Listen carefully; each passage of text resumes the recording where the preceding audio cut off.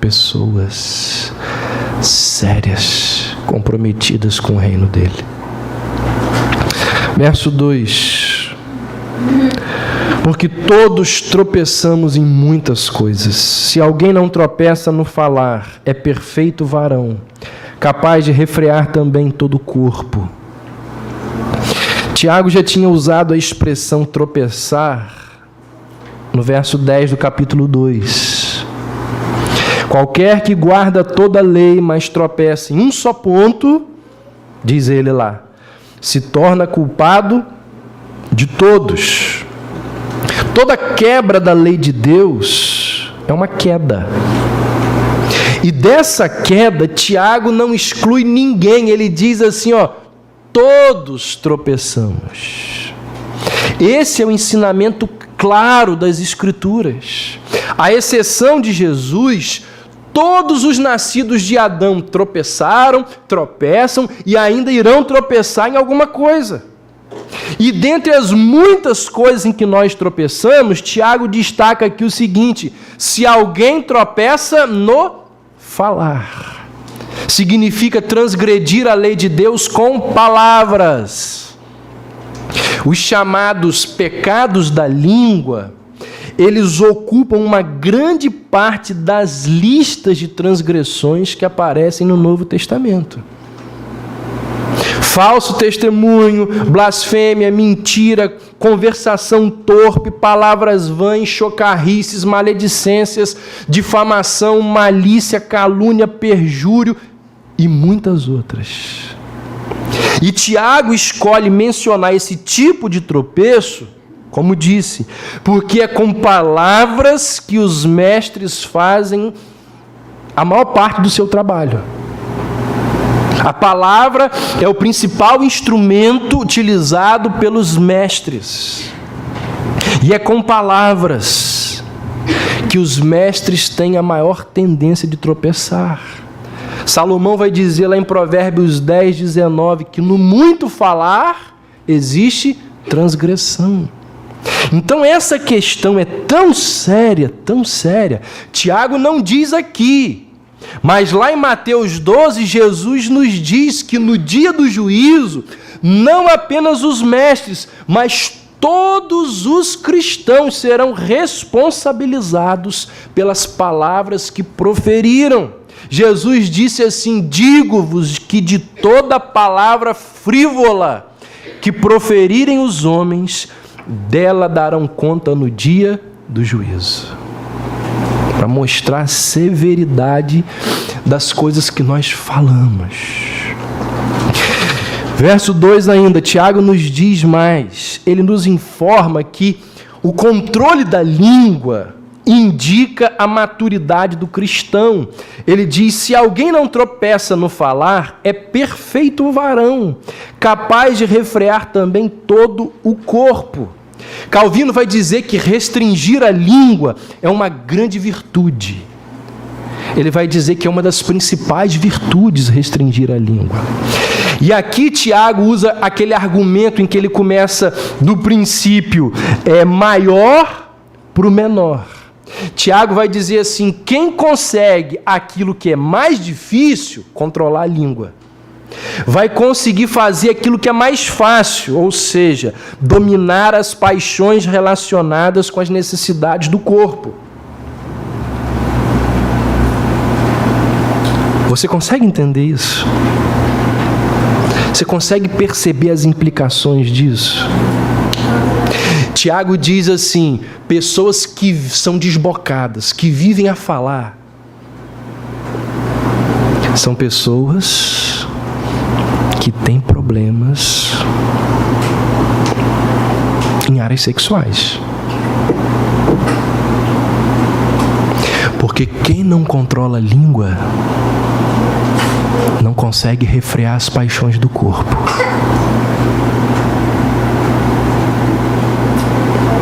Que coisa impressionante. Como que a língua, ela é reveladora. A própria Bíblia diz que ela fala do que está cheio o coração.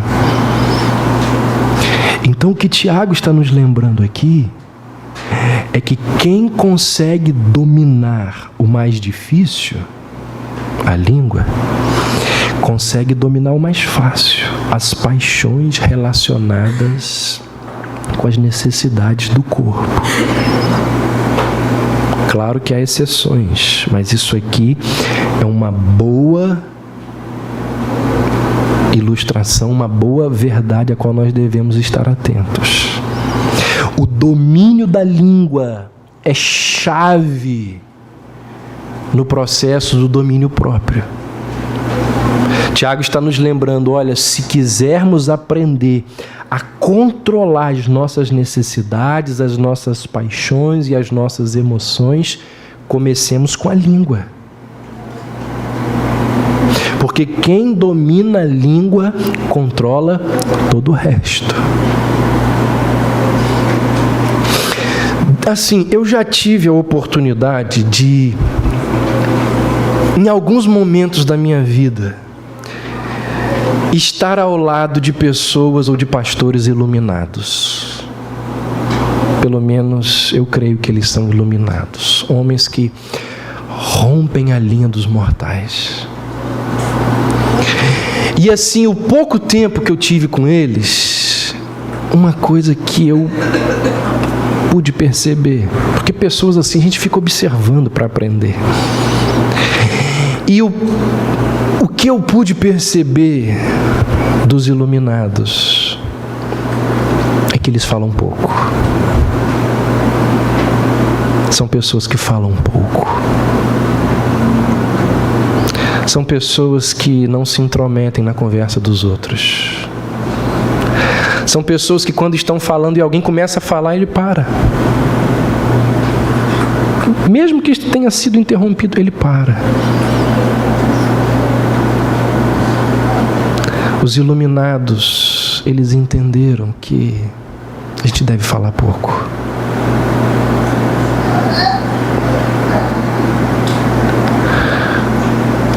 Quem controla a língua alcançou maturidade, diz Tiago.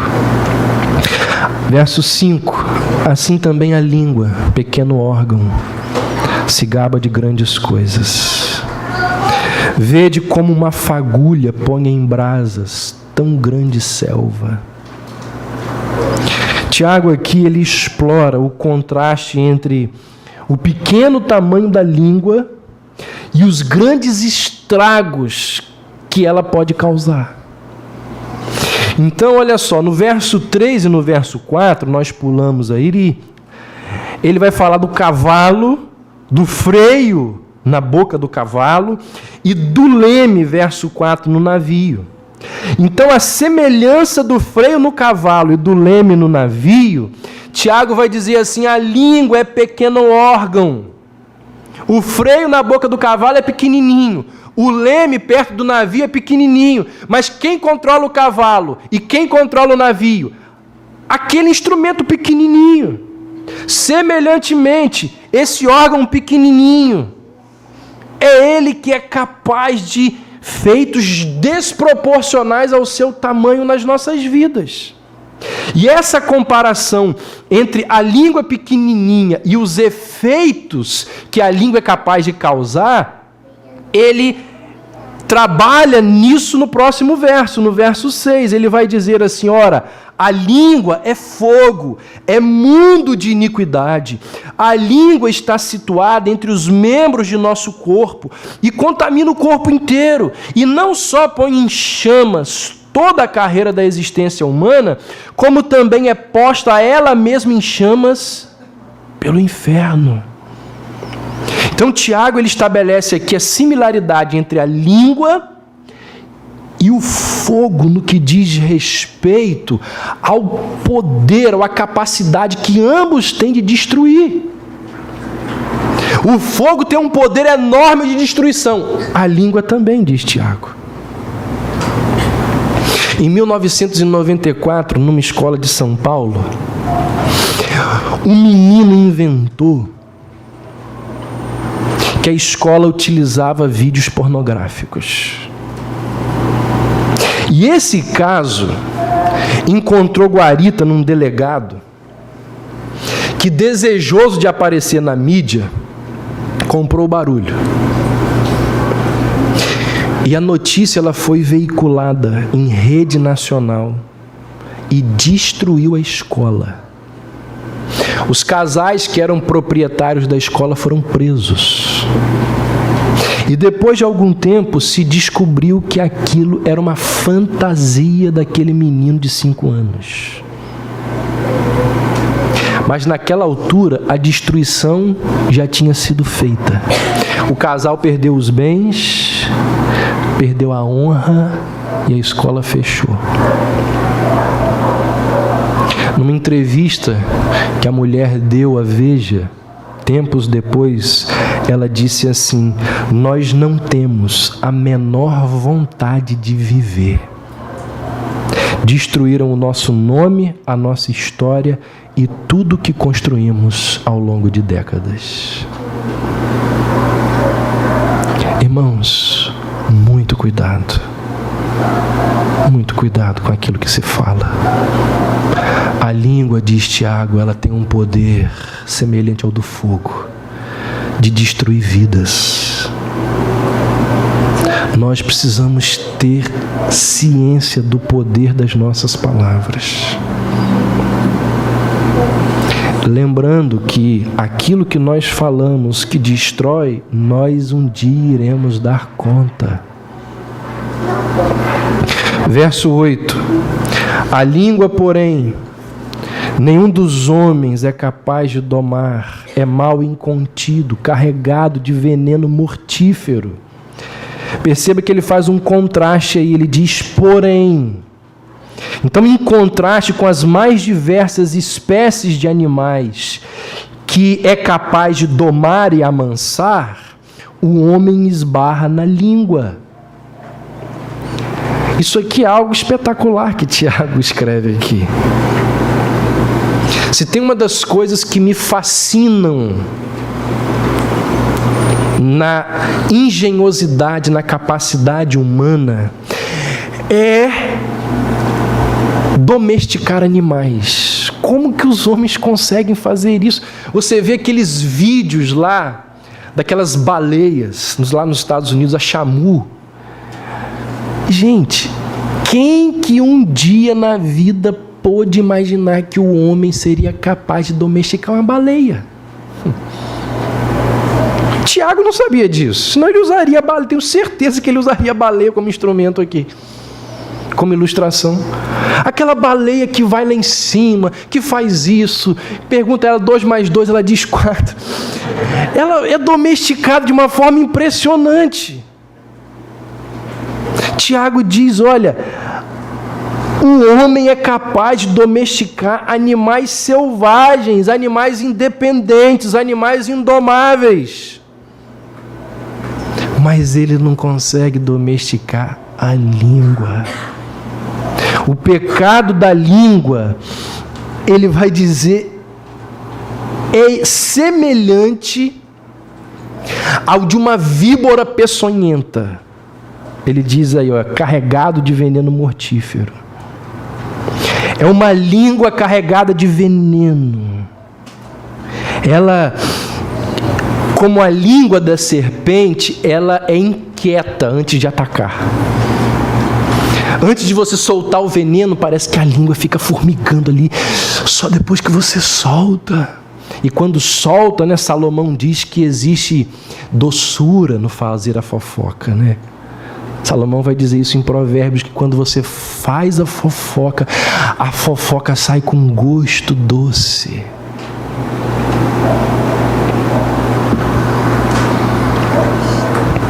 Tiago diz que a língua mata a alma, a honra, o nome e a reputação de outras pessoas. E o faz com a mesma eficácia de uma víbora venenosa. Verso 12: acaso, meus irmãos, pode a figueira produzir azeitonas ou a videira figos? Tampouco fonte de água salgada pode dar água doce. A pergunta de Tiago aqui, no início do verso, parte de uma observação, de uma constatação muito comum a todos os leitores de Tiago. Ou seja, as árvores, elas dão fruto conforme a sua espécie. Você não vai encontrar uva no pé de manga, manga no pé de abacate. E os leitores de Tiago, eles estavam familiarizados com essas árvores frutíferas aqui que Tiago cita: a figueira, as oliveiras e as videiras, árvores que eram bem comuns ali na região. Jesus já tinha utilizado ou empregado uma metáfora parecida com essa. Jesus tinha dito assim: colhem-se porventura uvas dos espinheiros ou figos dos abrolhos? Então o que Tiago diz aqui é o seguinte: olha, a árvore, ela não pode dar uma fruta diferente da sua natureza. A consciência das árvores,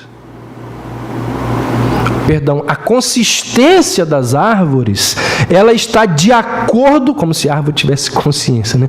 A consistência das árvores, ela está de acordo com a norma estabelecida por Deus na sua criação.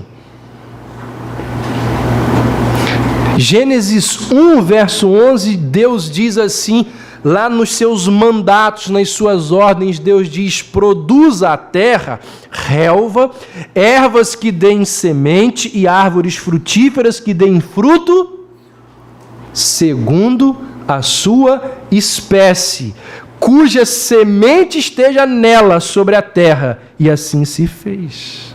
Então, esse mesmo princípio que torna impossível as árvores darem fruto em desacordo com a sua espécie, é o mesmo princípio por trás da impossibilidade de uma fonte dar dois tipos distintos de água. O que Tiago vai dizer aí: tampouco fonte de água salgada pode dar água doce. Tiago diz: você nunca vai encontrar um maracujá no pé de laranja.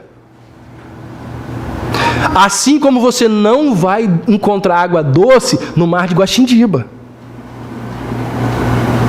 Podia elevar o nível um pouquinho, né? No mar de Búzios.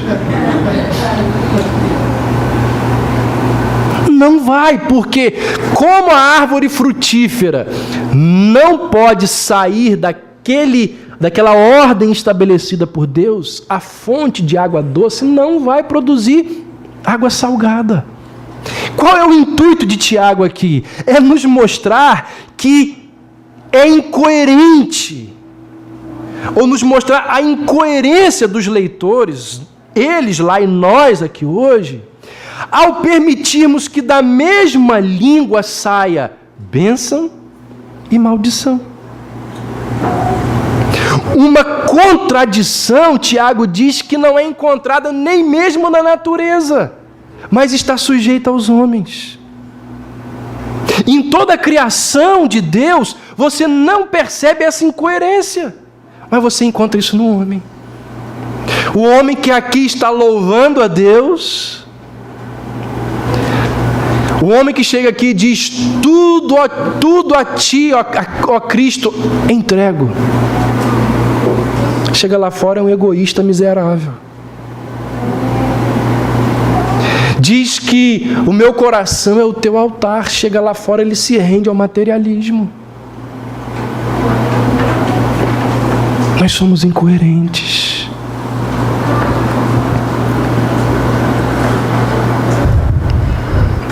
Meus irmãos,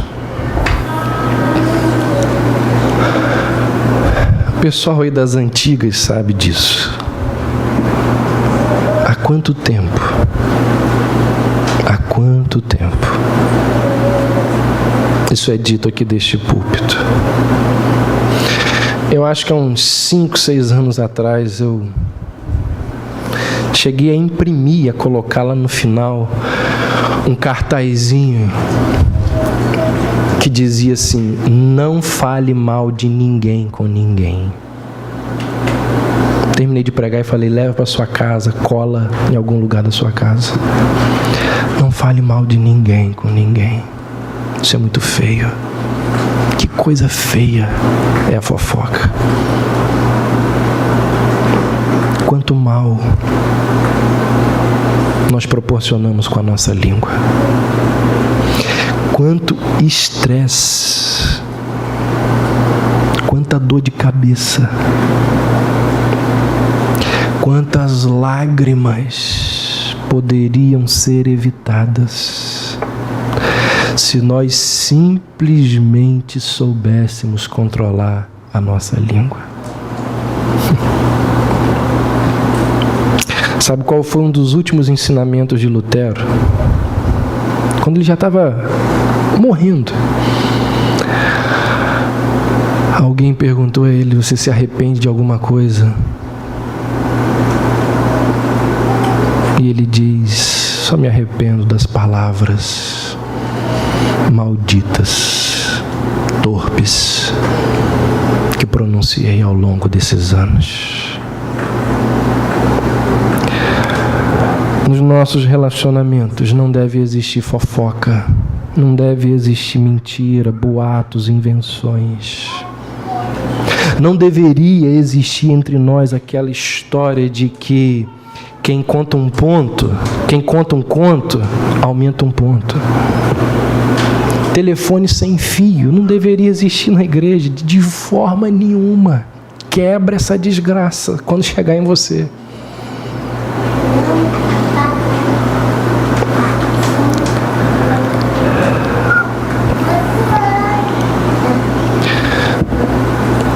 Se você quiser ler em casa depois, um dos salmos mais espetaculares que existem é o Salmo 19. O Salmo 19, ele fala no início da revelação geral de Deus, depois fala da revelação especial. É um salmo extraordinário. E o salmista encerra aquele salmo dizendo que as palavras dos meus lábios e o meditar do meu coração sejam agradáveis à tua presença, ó Senhor. Há pouco tempo eu preguei algo parecido sobre isso e sugeri que você colocasse lá na sua casa. E por acaso, há um tempo atrás, aí eu entrei lá no quarto da minha sogra, do meu sogro, estava lá. Guarda, vigia, ó Senhor, a porta dos meus lábios. É uma oração que todos nós precisamos fazer, uma oração bíblica. Pode ter certeza, você vai evitar muita dor de cabeça, muito problema, se você fizer essa oração do salmista, que as palavras dos meus lábios e o meditar do meu coração sejam agradáveis à tua presença, ó Senhor. Que Deus nos abençoe. Amém.